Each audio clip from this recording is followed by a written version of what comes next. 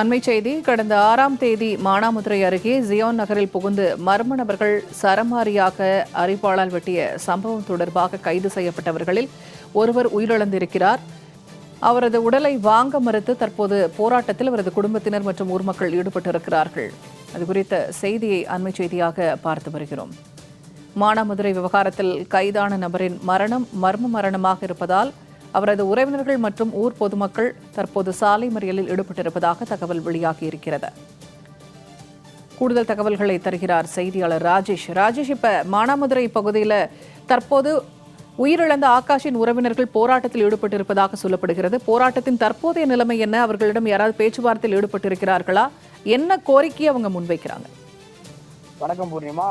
சிவகங்கை மாவட்டம் மானாமதுரையில் இருக்கும் ஜியோன் நகர் பகுதியில் கடந்த 6ஆம் தேதி 2 பேர் மீது ஒரு கும்பல் தாக்குதல் நடத்தினாங்க.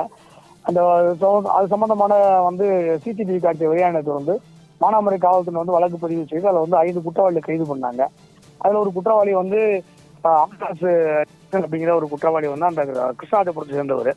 அவரை கைது செய்த பொழுது அவர் அங்கிருந்த பாலத்துல குதித்து தப்ப முயன்ற போது காலுக்கு அடிபட்டு அவர் காயம் ஏற்பட்டதாக காவல்துறையினருக்கு சொல்லப்பட்டது. அவர் மருத்துவமனையில் மேல் சிகிச்சைக்காக அனுமதிக்கப்பட்டார். அனுமதிக்கப்பட்டிருந்த அவர் இன்று காலை மூச்சு திணறல் ஏற்பட்டு அவர் உயிரிழந்தார். அதாவது காவல்துறையினர் தாக்குனதுனால தன்னோட மகன் உயிரிழந்ததாகவும் இதற்கு உரிய நீதி விசாரணை வேண்டும் உள்ளிட்ட கோரிக்கைகளை வலியுறுத்தி தற்பொழுது அவருடைய உறவினர்கள் மற்றும் பெற்றோர்கள் ராமேஸ்வரம் மதுரை தேசிய நெடுஞ்சாலையில் சாலை மறியல் போராட்டம் ஈடுபட்டிருக்காங்க. சாலை மறியல் போராட்டம் காரணமா அந்த பகுதியில் போக்குவரத்து தடைபட்டிருக்கு. பாதிக்கப்பட்ட மக்கள்கிட்ட அந்த கைதியினுடைய பெற்றோர் மற்றும் அவர் உறவினர்கள்ட்ட அந்த பகுதியினுடைய காவல்துறையினர் பேச்சுவார்த்தை ஈடுபட்டிருக்காங்க. பேச்சுவார்த்தையில் இதுவரை எந்த விதமான உடன்பாடு எட்டப்படவில்லை. அவருடைய உடல் தற்போது மதுரை மருத்துவமனையில் உடல் கூறாக இருக்கு.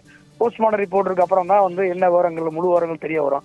அதை தொடர்ந்து வழக்கு விசாரணை நடவடிக்கை மேற்கொள்ளப்படும் சொல்லி அவங்க ஒரு பெற்றோர்கள்ட்ட காவல்துறை உறுதி கொடுத்திருக்காங்க. இருந்த போதிலும் எந்தவித சமரசமும் ஏற்படாதனால தொடர்ந்து மறியல் போராட்டத்தில் ஈடுபட்டு வருகிறாங்க. பூர்ணிமா, தகவல்களை வழங்கியமைக்கு நன்றி ராஜேஷ்.